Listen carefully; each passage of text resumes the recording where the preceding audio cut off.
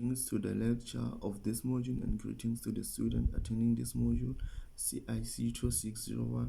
My name is Bongan and this is the video that explains or responding to the assignment 2 of this module CIC2601.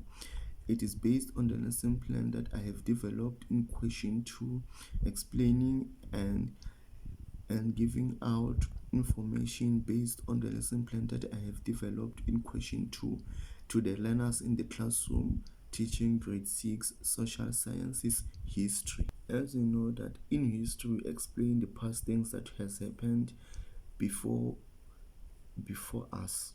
So explaining to the grade 6 learners about this famous place or the African kingdom that it was famous in South Africa, that is based in Limpopo, Mapungubwe. I have explained and make notes or maybe drafted notes to the learners of grade 6 that Mapungubwe, it was a famous place that everybody knew, and it was a peaceful and a harmony place based in the Limpopo province, and it was a very powerful kingdom in the province. So Mapungubwe, it had a wealthy king, that he was a wealthy king amongst the kings that people knew they were, because the place had gold.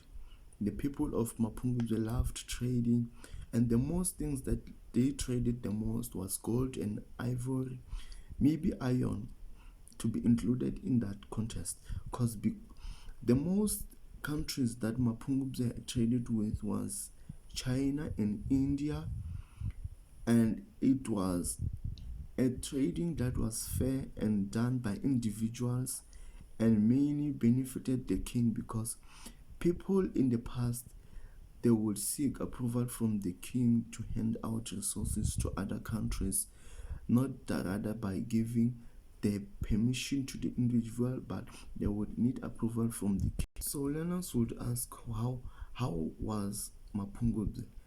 But people, or maybe the people who wrote the textbook of history, they referred Mapungubwe was a rich settlement and was located in the Limpopo River between 900 and 1300 AD. So in the settlement, or maybe in the province of Limpopo, where Mapungubwe was based, kings were buried with gold. Their bodies were covered with gold when they buried them. This was done to justify, or meaning that the king was wealthy, the king was the ruler, the king was the rule maker of laws and regulations in the place or in the settlement that people must obey and follow.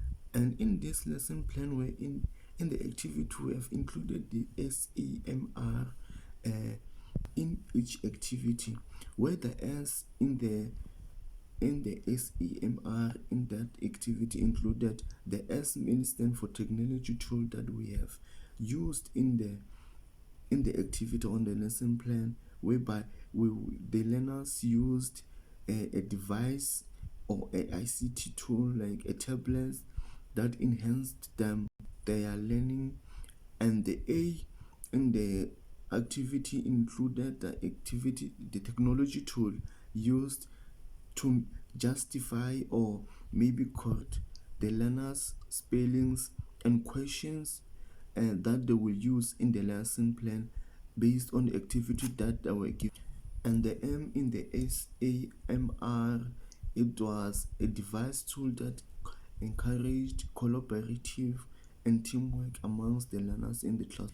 And the R in the SAMR, it was a module tool, it's ICT technology tool that showed how learners should write their essays, or maybe how they should answer questions in a modern way.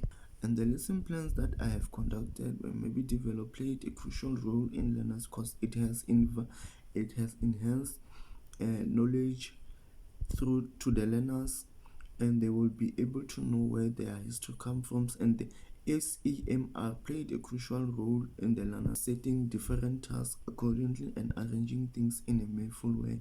I thank you for watching the video. Thank you.